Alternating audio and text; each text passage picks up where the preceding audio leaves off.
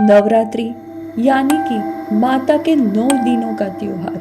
नवरात्रि में 9 दुर्गा की पूजा का विशेष महत्व होता है, लेकिन देवी के अंदर केवल शक्तियां ही नहीं, औषधियां भी समाहित है। ये बात शायद आप लोग नहीं जानते होंगे।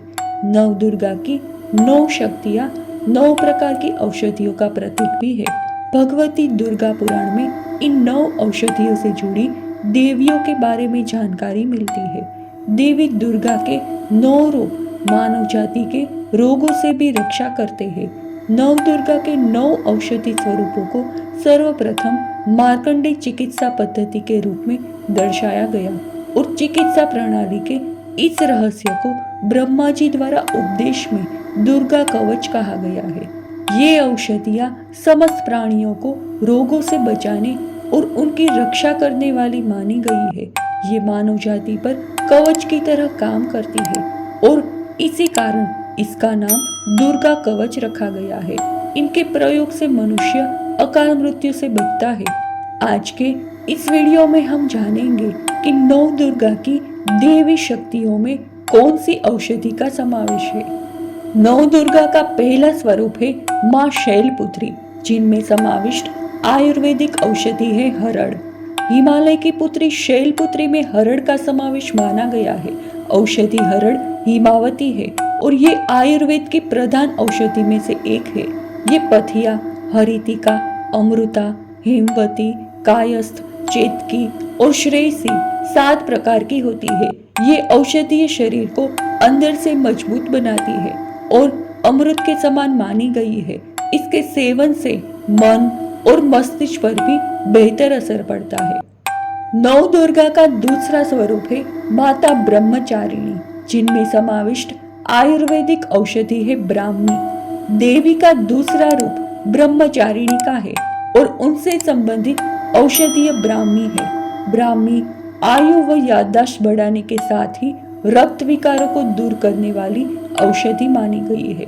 मधुर स्वर प्रदान करने के कारण इसे देवी सरस्वती से भी जोड़ा जाता है।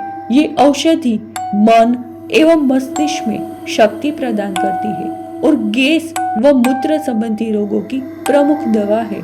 इन रोगों से पीड़ित व्यक्ति को ब्रह्मचारिणी की आराधना करनी चाहिए। 9 दुर्गा का तीसरा स्वरूप है माता चंद्रघंटा, जिनमें समाविष्ट आयुर्वेदिक औषधि है चंदूसूर। 9 दुर्गा का तीसरा रूप है चंद्रघंटा का। देवी का संबंध चंदूसूर या चमसूर औषधि से है। ये एक पौधा है जो धनिये के समान होता है। ये औषधि मोटापा कम करने के काम आती है और इसीलिए इसे चर्महंती भी कहते हैं। साथ ही ये शक्ति को बढ़ाने, हृदय की रक्षा करने वाली भी है। संबंधित बीमारियों से ग्रसित रोगी को देवी चंद्रघंटा की पूजा करनी चाहिए। 9 दुर्गा का चौथा रूप है माँ कुष्मांडा, जिनमें समाविष्ट आयुर्वेदिक औषधि है पेठा। 9 दुर्गा का चौथा रूप कुष्मांडा का है। इनका संबंध औषधि रूपी पेठा अथवा भतवा से है। इसी से पेठा नामक मिठाई बनती है। ये औषधि रक्त विकार समस्या को दूर करने और पेट को साफ करने में सहायक है। साथ ही मानसिक रोगों में ये अमृत समान मानी गई है। ये पुष्टिकारक वीर्यवर्धक भी है। गैस आदि के मरीजों को भी पेठा का उपयोग करने के साथ देवी कुष्मांडा की आराधना करनी चाहिए। 9 दुर्गा का 5वां स्वरूप है माता स्कंद माता, जिनमें समाविष्ट आयुर्वेदिक औषधि है अलसी। शक्ति का 5वां स्वरूप देवी स्कंद माता का है और इनसे संबंधित औषधि के रूप में अलसी है। ये वात, पित्त व कफ रोगों की नाशक औषधि है। ये औषधीय वात, पित्त, कफ रोगों की नाशक है। 9 दुर्गा का 6वां स्वरूप है माँ कात्यायनी, जिनमें समाविष्ट आयुर्वेदिक औषधि है मोहिया।